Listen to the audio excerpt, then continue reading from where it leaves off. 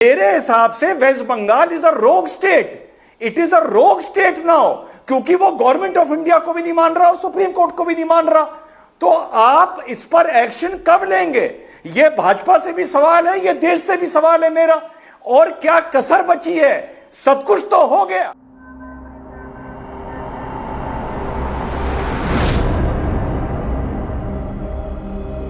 Hello, नमस्कार, सत श्री अकाल, अस्सलाम वालेकुम। कैसे हैं जनाब? तो दिनेश जी ने खून से पत्र लिखा है, खून से पत्र लिखा है प्रधानमंत्री जी को कि बंगाल में, वेस्ट बंगाल में हिंदुओं की रक्षा सुरक्षा होनी चाहिए और वहां का एक ही समाधान है कि वहां पे राष्ट्रपति शासन लगा दिया जाए। इस बीच राज्यपाल जी को अनुमति मिल गई कि वो मुशीराबाद पहुंचे और इस कारण वो मालदा से मुशीराबाद बाय ट्रेन पहुंचे। वहां दंगा पीड़ितों से मिले, उनका दुख दर्द समझा। सुनने में यह आ रहा है कि दिल्ली रिपोर्ट भेजेंगे या खुद लेके जाएंगे direct face to face information या इनपुट देने के लिए।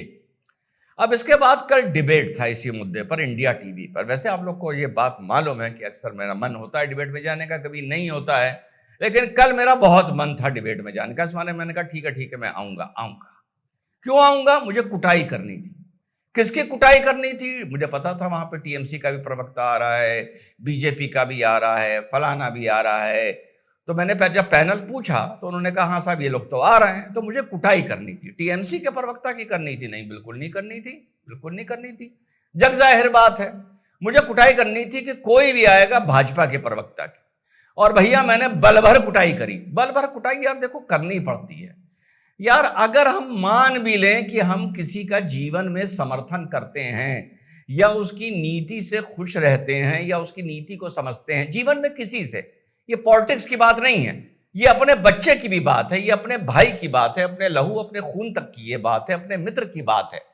तो यार तुम्हारी किसी बात पर हम रफू तो कर देंगे, रफू तो कर देंगे, पेवन ना लगा पाएंगे भाई। हम साफ बता दें, कम से कम हम ना लगा पाएंगे।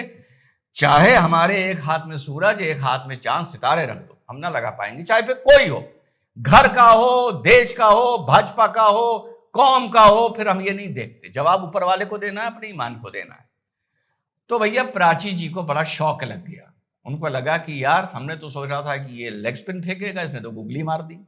सुनिए मेरी ओपनिंग सेंटेंस क्या था वहां पर, उसके बाद सेकंड क्या था, उसके बाद थर्ड क्या था।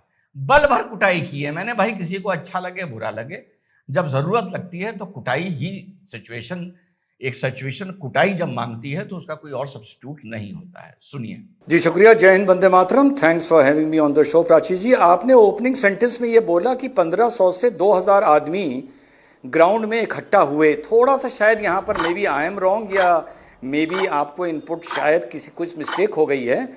ये 8 जो सारी रिपोर्ट्स बता रही हैं प्राची जी, ये 8000 टू 10,000 लोग इकट्ठा हुए थे ऑन द पीडब्ल्यूडी ग्राउंड। क्योंकि आज इस पर मैं ऑलरेडी बोल चुका हूँ, स्टडी कर चुका हूँ। और पुलिस को 314 राउंड फायर करना पड़ा है हवा में, जिसमें 3-4 राउंड ऑन द बॉडी हुआ है और बाकी हवा में हुआ है। तो इस लेवल की, जैसे आज़ादी से पहले एक कोलकाता में एक हुआ था द फाइनल एक्शन डे, ये उसी का रेप्लिका हो जाता अगर टाइम पर बीएसएफ वहां पर ना पहुंचती। हैविंग सेड दिस, में एक बात ये कहूंगा, आप सबसे ये पूछ रही हैं कि क्या अब ये फाइनल हो गया है कि वहां पर हिंदू टारगेट पे है, क्या अब ये फाइनल हो गया है? ये अग्नि परीक्षा बंगाल के उन हिंदुओं की जो टीएमसी से इत्तेफाक नहीं रखते या यूं कहें बीजेपी पे भरोसा रखते हैं, उनकी अग्नि परीक्षा कितनी ली जाएगी? उनकी अग्नि परीक्षा भैया कितनी ली जाएगी? हैं 6, 7, 8 साल हो गए सुनते हुए कि साहब टारगेट पे हैं, साहब टारगेट पे हैं, साहब टारगेट पे हैं। अब तुम हमसे ये उम्मीद करो कि फिर हम जाके कहेंगे कि टीएमसी के टारगेट पे हैं टीम, तो हमसे ये ना हो पाएगा भाई। हम साहब बता दें भाई, कब तक चलेगा ये कि साहब अब रिपोर्ट आ गई, अब ममता जी की रिपोर्ट आ गई हाई कोर्ट में, अब ये साबित हो गया कि वहां पर हिंदू खास तौर से जो टीएमसी से खुला खुला इत्तेफाक नहीं रखता, तो साहब अब ये फाइनल हुआ है क्या कि वो टारगेट पे है? अब जाके वो 200-250 लोग इधर उधर के कूट दिए गए, काट दिए गए, बम से उड़ा दिए गए, फांसी लगा दी गई लोगों को घर से घसीट घसीट के बाहर ले जाकर, तब फाइनल नहीं हुआ था, अब फाइनल हुआ है। यानी रिपोर्ट अगर ना आती तो इसका मतलब अब भी फाइनल ना होता। मैं तो इसी तरह से टेढ़ी बात करता हूं डिबेट में, चाहे कोई हो मेरे सामने। तो ये हुआ। आगे सुनिए कि जब जय श्री राम में बंगाल में गिरफ्तार किया जा रहा था तो मैं वो मुस्लिम शख्स हूं जो सुबह की फ्लाइट से लखनऊ से बंगाल गया था। कोलकाता में 6-7 जगह जाकर मैंने जय श्री राम बोला था और छोटी छोटी क्लिप्स बना के मैंने कमिश्नर को ट्वीट किया था कि मुझे गिरफ्तार कर लो। आज से शायद 4 या 5 साल पहले की बात बता रहा हूं। वहां पे भाजपा के बहुत से लोगों से भी मैं मिला था। एक बात बताऊं आपको, बिल्कुल ऑनेस्ट एनालिसिस, बंगाल का जो हिंदू है वो 2 तरफ से लावारिस बनाया गया है। एक तो तुष्टीकरण के चलते वो टीएमसी से लावारिस बनाया गया है और भाजपा के प्रवक्ता सुन लें, वो भाजपा की तरफ से भी लावारिस बनाया गया है, चारा बनाया गया है। और भाजपा बंगाल को केस स्टडी बनाकर पूरे हिंदुस्तान को यह दिखाना चाहती है कि देखो जहां हम नहीं हैं वहां हिंदुओं पे कितने अत्याचार हो रहे हैं। मैंने वहां भाजपा के कार्यकर्ताओं से बात करी है, वो कहते हैं कोई मदद नहीं होती, कोई हमारी सुनने वाला नहीं है। ए भैया उड़ा दिया। मैंने कहा मैं बर्दाश्त नहीं कर पाऊंगा भैया, बहुत देख लिया, बहुत सुन लिया। और ये बड़ा फैक्ट बता रहा हूं आपको, जब मैं वहां पर गया तो वहां पर एक महिला थी, बीजेपी की कार्यकर्ता थी। वो बेचारी शी वॉज काइंड इनफ, उनका मैं नाम भूल रहा हूँ अब, सब मिस मित्रा करके कोई थी। आई एम सो सॉरी, उनका नाम अभी मैं रिकलेक्ट नहीं कर पा रहा हूँ।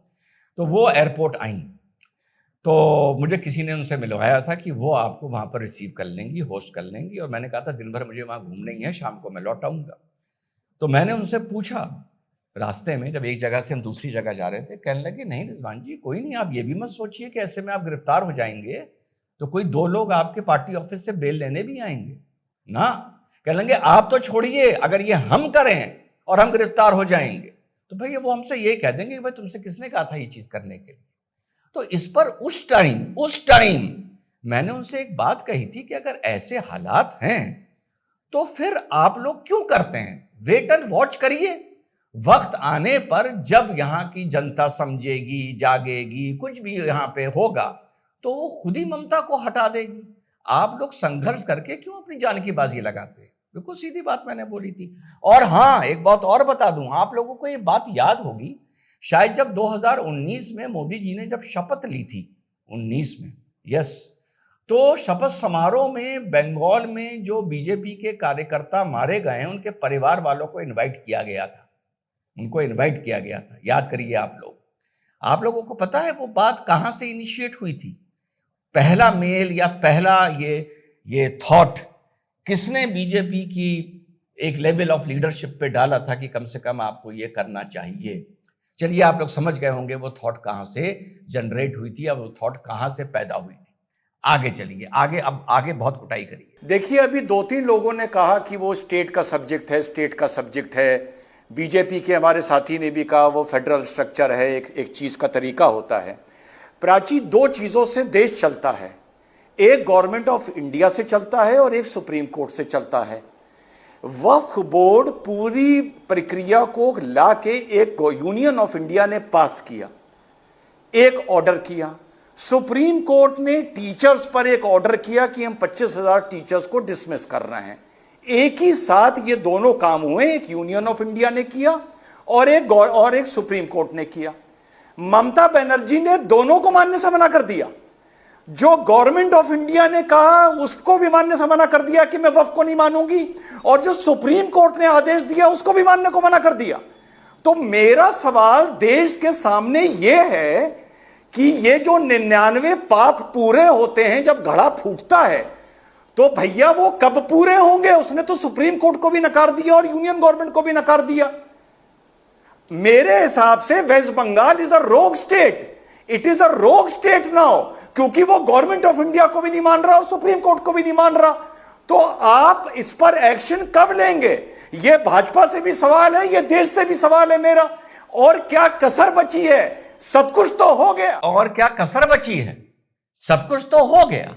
और एक इसमें मेरे पास बहुत अच्छा सॉल्यूशन भी है कि भाजपा अपने कैडर को एड्रेस करे और उनसे कहे कि कोई भी कारण है, भले हम राष्ट्रपति शासन, देखिए मैं नहीं कहता राष्ट्रपति शासन लगा दो, मैंने राष्ट्रपति शासन लगाने के लिए आज से शायद 6 साल पहले की वो घटना है जब हेलीकॉप्टर नहीं लैंड करने दिया गया था अमित शाह का। मैंने तब जो लोग जुड़े हुए हैं बोला था, मैंने कहा था ये बिल्कुल गरम गरम मौका है, इस टाइम ठोक दो राष्ट्रपति शासन, 6 साल पहले। अब इतने दिन से आप मुझे बंगाल पे सुन रहे हैं कि आपने मुझे कहते हुए सुना कि राष्ट्रपति शासन लगा दो। मैं इस तरह की ओछी बात नहीं करता हूं कि इसके 4 टुकड़े कर दो, बांग्लादेश को हम निगल जाएंगे। ऐसे बहुत से ब्रॉडकास्टर्स हैं, बहुत से चैनल्स हैं, और लोगों को उन चैनल्स में मजा भी बहुत आता है। तो मैं बिल्कुल वो बात बोलता हूं जो मुझे यकीन होता है कि धरातल पर इसको इंप्लीमेंट किया जा सकता है। तब मैंने बोला था राष्ट्रपति शासन लगा दो, अब मैं नहीं बोलता। अब तो मैं ये बोल रहा हूं कि जीत भी गई भाजपा तो बहुत बुरा वक्त आएगा। इस पर किसी ने कमेंट किया कल कि रिजवान भाई आपको नहीं पता, इतने दिन यहां पर सीपीआई रही थी, लेफ्ट रही थी, 25, 30, 35 साल, और उसके बाद जब सरकार बदली थी तो 2 मिनट में वहां का जो सिस्टम था, जो गवर्नेंस थी, वो एकदम से ममता के अधीन आ गई थी और ममता के हिसाब से काम करने लगी थी और ये सब होने लगा था। तो देखो भाई, आप जो भी हो, मैं भी बहुत इंसाइट रख के आप लोगों के सामने अपना कोई ओपिनियन रखता हूं। ममता सरकार में कब आई थी? 2011 में आई थी। ममता ने बैटिंग कब से शुरू करी? 2016 के बाद, जीतने के बाद। 5 साल ममता को भी लग गए थे वहां पे फील्डिंग सेट करने पर। पूरा उठा के देखिए तो पता चल जाएगा, जो मैं बोलता हूं कुछ सोच के बोलता हूं। तो मैं नहीं कह रहा कुछ करो, मैं कह रहा हूं आप बिल्कुल शांतिपूर्ण तरीके से अपना प्रोटेस्ट करते रहिए और अपना काम करते रहिए। चुनाव में आने वाले वक्त में पता चल जाएगा।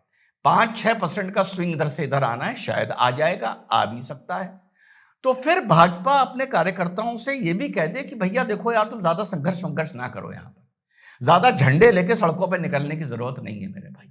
जब वक्त आएगा तो हमारी सरकार आ जाएगी। यह भी इसका एक सोल्यूशन है, यह भी इसका एक सोल्यूशन है, लेकिन यह भी नहीं हो रहा है। तो यही मैंने एंड में पूछा कि जो सुप्रीम कोर्ट को नहीं मान रहा, जो यूनियन ऑफ इंडिया को, वक्फ अमेंडमेंट एक्ट को नहीं मान रहा, जिसकी रिपोर्ट में यह बताया जा रहा है कि क्या क्या वहां पर हो रहा है और क्या क्या वहां पर हुआ है, तो फिर इसका कोई तो समाधान होगा ना। तो अगर कोई ऐसा समाधान नहीं निकल रहा जो मुझे बता दे भैया फेडरल स्ट्रक्चर है, वहां ये नहीं हो सकता, वो नहीं हो सकता, भाजपा के प्रवक्ता बोल रहे थे, तो फिर इतना ही कर दो कि सिर्फ डिबेट में बकबक करो और वहां के लोकल लेवल पे वर्कर्स से कह दो कि भैया आप तुम्हारे हाथ जोड़ें, अपना दफ्तर में चुपचाप मीटिंग करते रहो, वहां से रेजोल्यूशन पास करते रहो कि भाजपा के नेताओं ने इस बात का खंडन किया, इस बात का खंडन किया। ना ज्यादा विरोध प्रदर्शन करो, ना सड़कों पे निकलो, अपना खंडन करो घर में बैठकर और अपने घर जाओ और चुप्पे सो जाओ। ये भी एक सोल्यूशन है, अगर कोई सोल्यूशन नहीं है। भाई बेगुनाह का मरना तो कभी कोई सोल्यूशन नहीं हो सकता ना। ये मेरा कथन है। और बैटिंग करने को मिलेगी तो मैं किसी पे ही छक्के उड़ाने शुरू कर दूंगा, फिर मैं नहीं देखता कि यार मुझे किसके छक्के उड़ा रहा हूं। जय हिंद, वंदे मातरम, खुदा हाफिज।